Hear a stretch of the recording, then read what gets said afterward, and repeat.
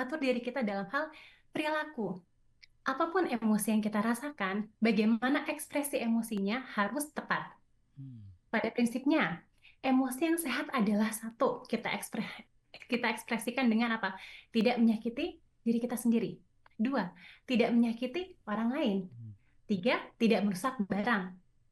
Itu untuk emosi marah, ya. Ini kan kita lagi konsep macet-macetan nih mau buka puasa nih, Heeh. ya. Hmm. Lagi macet, aduh perilaku kita ketika kita disenggol atau mobil kita baret. Baret kena motor nyelip misalnya. Waduh, udah kesel banget. Hmm. Ingat lagi, oh kita punya apa?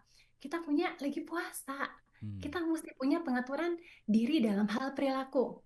Biasanya mungkin di bulan puasa kita bakal apa buka jendela langsung kita teriakin, woi gitu kan. Hmm. Tapi kalau misalnya oh lagi puasa nih, Tahan duh gitu ya.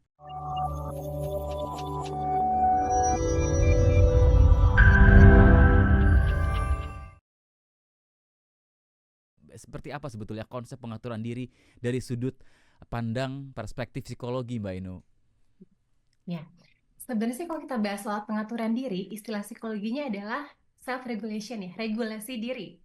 Tapi mungkin sudah di Indonesia kan di pengaturan diri, sehingga kalau kita tanya apa sih definisinya, berarti kan memang udah dapet contekan tuh pengaturan diri gitu kan. Apa sih yang diatur? Tadi juga Mas Yudi sebenarnya udah sebutin, oh ternyata regulasi diri adalah bagaimana cara kita mengatur diri kita. Untuk Hmm. apa? Untuk mencapai suatu tujuan dengan efektif gitu. Jadi apa saja yang diatur? Pertama, ya diri kita sendiri. Kita punya apa satu? Kita punya emosi. Emosi ada sesuatu yang apa? Yang mendorong kita untuk melakukan atau tidak melakukan sesuatu. Oke. Gitu. Ya kebayang ya, Hmm. itu bulan puasa gini, pengen cepet-cepet sampai rumah nih buat yang kerja. Hmm. Totonya di jalan, ya Allah semua orang juga pengen Macet. cepet pulang. Biasanya mungkin ya jam 5 masih agak sepian. Sekarang dari setengah 5 aja jalanan udah rame. Hmm. Harapan udah sampai. Dari perasaan seneng nih asik pulang cepat nih kan jam kerja maju. Hmm. Pulang lebih cepat. Udah senang perasaan kita. Tau-taunya macet. Akhirnya kan berubah ya. Hmm. Emosi kita dari perasaan senang jadi apa? Mungkin agak kesal gitu. Atau mungkin kesel banget ketika disalip orang-orang pada nggak sabaran. Hmm. Itu kan emosi. Nah, di sini pentingnya kita bisa mengatur diri. Ketika berpuasa dalam konteks puasa apa? Berarti kalau dalam konteks puasa, oh kita mesti bisa mengatur emosi kita biar tetap bisa apa? Lebih sabar ketika menghadapi tantangan-tantangan di bulan puasa. Misalnya pas macet padahal pengen buka puasa gitu. Hmm. Itu satu soal emosi. Kedua berarti apa? Tantangan kita buat mengatur gimana sih motivasi kita. Hmm. Mungkin kalau di Islam itu niat ya. Hmm. Apa sih niat kita berpuasa? Sama halnya apa sih niat kita berbuka puasa? Nah, ketika kita sudah paham, oh ya aku mesti bisa mengatur motivasi diri saya. Hmm. Ternyata dalam situasi macet pun ketika saya punya motivasi untuk menjalankan ibadah puasa dengan baik, dengan efektif, apapun situasi yang terjadi, aku mesti bisa mengatur jaga niatku. Saya niat puasa karena Allah. Mau Hmm. buka puasa di jalan pun, ya niat puasa karena Allah gitu. Biar kita bisa lebih tenang. Hmm. Kemudian, apalagi? Oh, ternyata kita bisa mengatur diri kita dalam hal perilaku. Apapun emosi yang kita rasakan, bagaimana ekspresi emosinya harus tepat. Hmm. Pada prinsipnya, emosi yang sehat adalah satu, kita ekspresikan dengan apa? Tidak menyakiti diri kita sendiri. Dua, tidak menyakiti orang lain. Hmm. Tiga, tidak merusak barang. Itu untuk emosi marah, ya. Ini kan kita lagi konsep macet-macetan nih mau buka puasa nih, Heeh. ya. Hmm. Lagi macet, aduh perilaku kita ketika kita disenggol atau mobil kita baret. Baret kena motor nyelip misalnya. Waduh, udah kesel banget. Hmm. Ingat lagi, oh kita punya apa? Kita punya lagi puasa.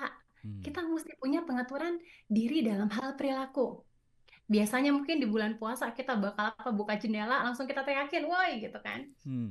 Tapi kalau misalnya oh lagi puasa nih, Tahan duh gitu ya. ya, paling kita buka jendela, Mas lebih hati-hati ya, gitu. Hmm. Mungkin ya. Hmm. Semoga bisa seperti itu.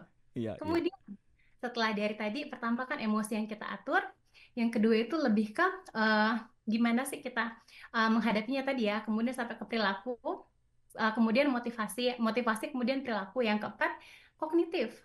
Oh, Yuk kita atur yuk kognitif kita, yuk kita atur yuk cara berpikir kita. oke. Dengan kita mengatur cara berpikir, kita bisa lebih apa? Objektif melihat pandangan. Kita bisa lihat misalnya, oh mungkin orang yang tadi naik motor, istrinya mau ngelahirin, mungkin ya. Hmm.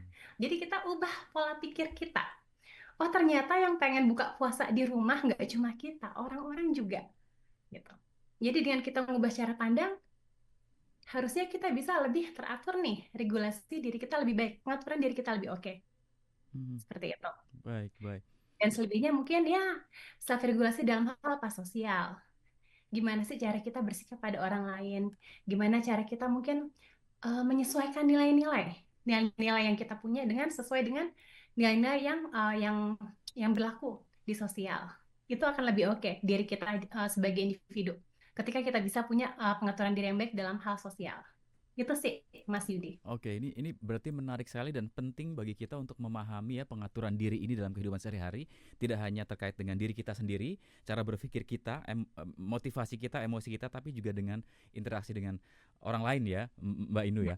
Tapi Mm, kalau tadi saya menyimak, berarti ini memang lebih kepada kewajiban kita untuk selalu memandang positif sesuatu, kemudian juga memenuhi apa aturan-aturan yang berlaku secara sosial begitu ya Mbak Inu ya?